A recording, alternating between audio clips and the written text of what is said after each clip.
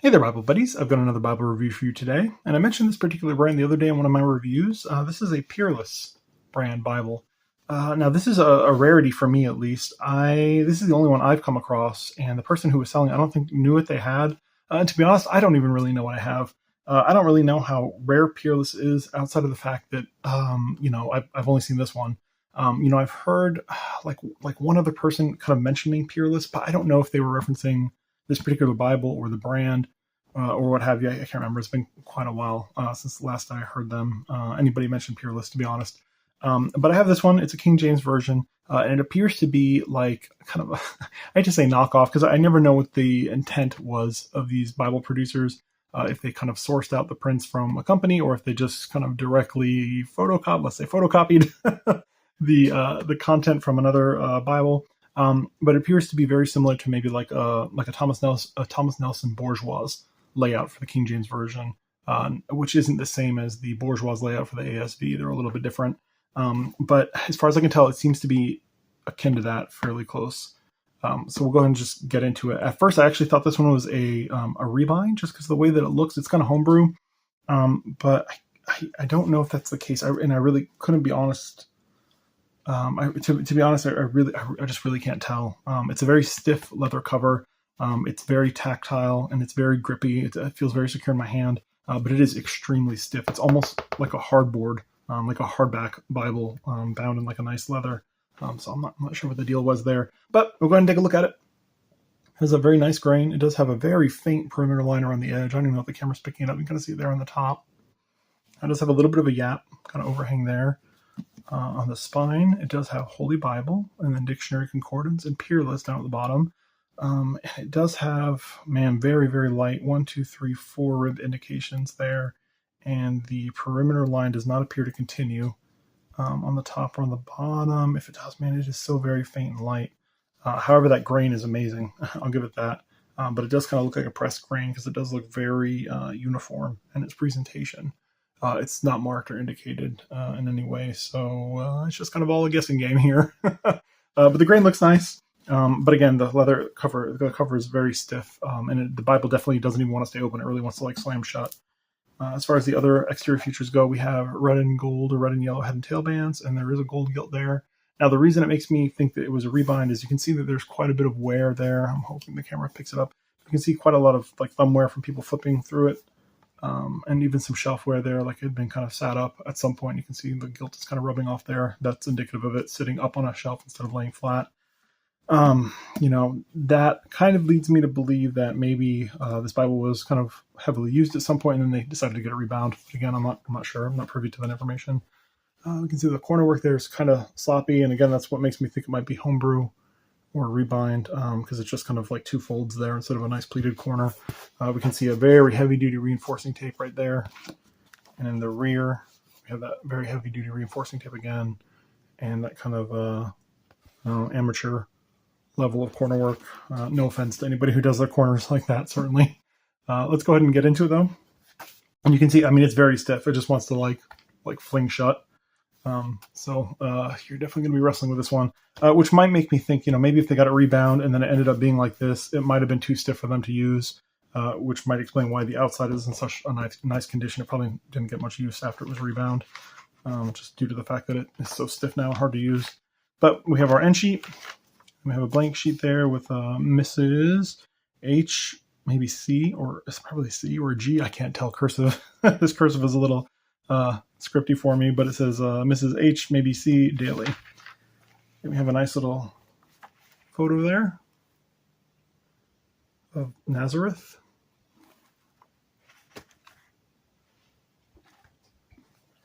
We have the Holy Bible title page. And you can see that it's marked down here as Peerless Bible Company in Chicago. The paper is definitely not India paper. It's very heavily oxidized. And it almost has like a waxy feel. It's that kind of weird, we come across it on occasion, but it's almost like a waxy coated paper. Not quite like heavily waxed, but it kind of does have a little bit of that feel to it. And it might just be on... I'm wondering if this is definitely waxy. So the image page is definitely waxy. This maybe just had a little bit of that kind of waxiness come off of it, because this second page here doesn't feel as waxy as this first one does on this side. So maybe some of the coating kind of rubbed off on this one over the years. And we have our epistle dedicatory.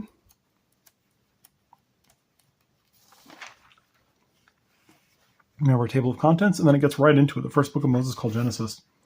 So I'm going to show you that layout. You can see it is very oxidized. You'll be able to see that. Well, here, I'll show you real quick. You can see how discolored it is. Here we go. We have a cleaner sheet. You can see how discolored it is there versus normal white paper. So it is quite a bit oxidized. But we'll go ahead and get a look. I'm bouncing all over the place. Apologies. We have the first book of Moses, called Genesis, and there's the layout. It's a very nice layout. It almost reminds me like of an old newspaper or something like that.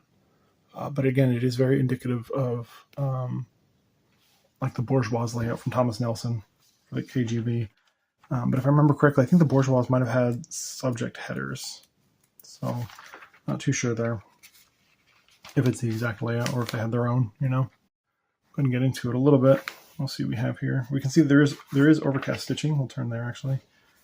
So you can see that nice heavy duty overcast stitching there on the inside. It's that secondary line of stitching.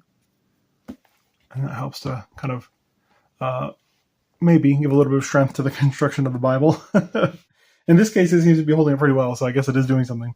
All right, but we'll go ahead and take a look at the features. It is very feature-rich. It is a double column verse by verse. They are using Pilcrow indicators there to indicate the paragraphs. You do have running headers up at the top of every single column. There we have our book and our chapter indicators, and it just appears to have the ending chapter for each page. You also have a double line drop cap. You do have our center column references, and there's quite a heavy bit of them. You can see here on the side.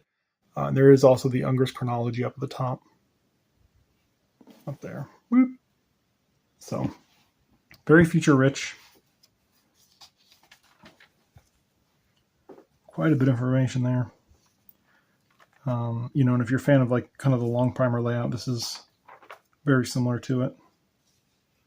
Third book of Moses, called Leviticus. Let's go ahead and get over to Psalms. We do have some illustrations throughout, or some photographs, I guess, but it's just a simple one color photo, like a sepia kind of color photo.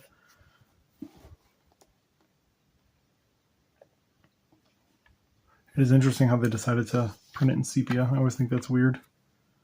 Such a weird coloration. Looks very dated. All right, let's get to Psalm 119. And we don't have the Hebrew letters themselves, we just have the transliterations of the letters. There. Now the paper is very nice, albeit it has oxidized pretty heavily. The show through is very minimal. I mean, you can kind of see a little bit there, but it's very mild. Which is nice considering the thickness. It's not very thick of an edition, and this also doesn't appear to be India paper. So whatever formulation they were using, certainly did a good job holding up over the years. It's a very nice edition. Let's go ahead and get to the intertestamental period. So there's the end of the prophets. Then we have the New Testament, title page, and the Gospel according to Matthew. And this is a black letter text, but it does appear to have quite a bit of helps at the end of it. So let's go ahead and take a look right quick. Yeah, it's a black letter text, no red letter here. Let's go ahead and get to the end and we'll see all these crazy features. I kind of got misplaced here because I thought I was halfway through the Bible, but in reality I was not, because that feature set is so rich again. So here we have the end of Revelation. And the Concise Bible Dictionary. And there we go. Yep. So this is a Thomas Nelson and Sons edition of the Concise Bible Dictionary. So probably the actual book block itself of the Bible probably was a Thomas Nelson layout. And there we have some information there. Here's a note by the publishers. So I wonder if this would be the same kind of concordance that was used in some of their other editions. I remember calling out this upside down pot, so I would imagine so. This was probably used in some of their other editions. But we'll go ahead and go through it because, you know, this is a shorter review so far. Where am I at? 10 minutes? Yeah, we'll go through it pretty well. So key to the signs used in this Bible dictionary, the Concise Bible Dictionary. Again, I love the look, how it almost looks like newsprint. I think it's such a throwback. I'll just kind of flip through it here relatively quickly. There's a calendar, the Jewish calendar.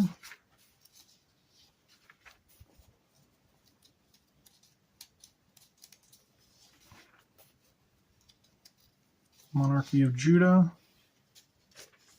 Just some interesting charts there. Chronological charts.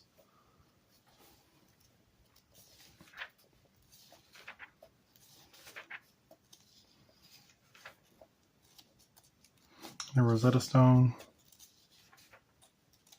Different Egyptian art. We'll kind of chunk through it a little more. This Bible dictionary is fairly sizable.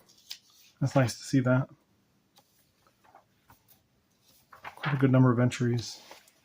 So I'm curious if the person I had heard talking about it was talking about, you know, the vast number of entries there in Peerless Bibles, because it does have quite a stout set of helps there and entries. We have a couple of blank sheets.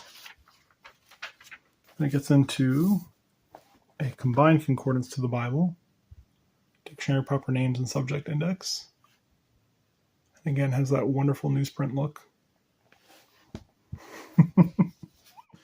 I always think back to the 1950s newscasters. Today in Tel Aviv, you know, something like that. So go ahead and flip through it. The combined concordance here.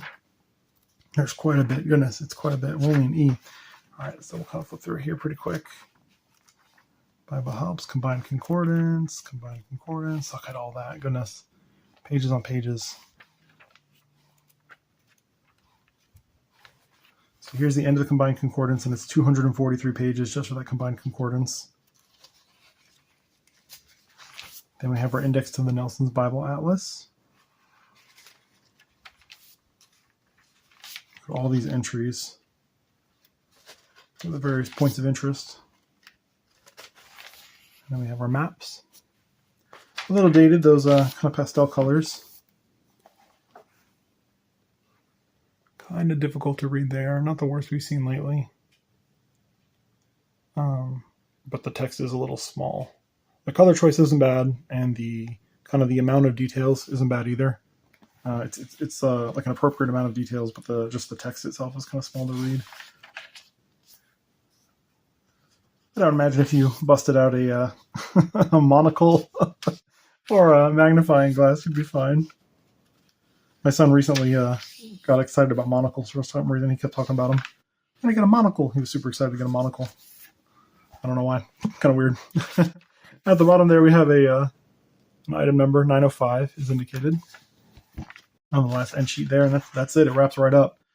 So again, I don't know if this is a rebind or what. If I had to guess, I would probably, you know, say that this was, a rebind, just given the kind of the quality of it. You know, it's so weird whenever you get these kind of one-offs, like things that you don't see very often.